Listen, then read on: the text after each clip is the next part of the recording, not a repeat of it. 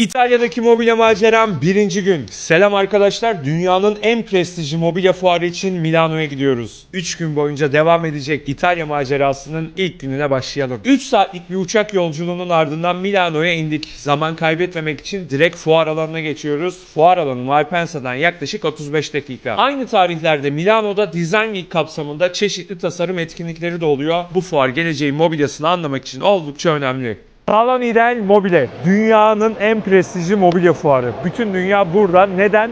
Gelecek yıllarda hangi ürünler trend olacak? Biz de onun için buradayız.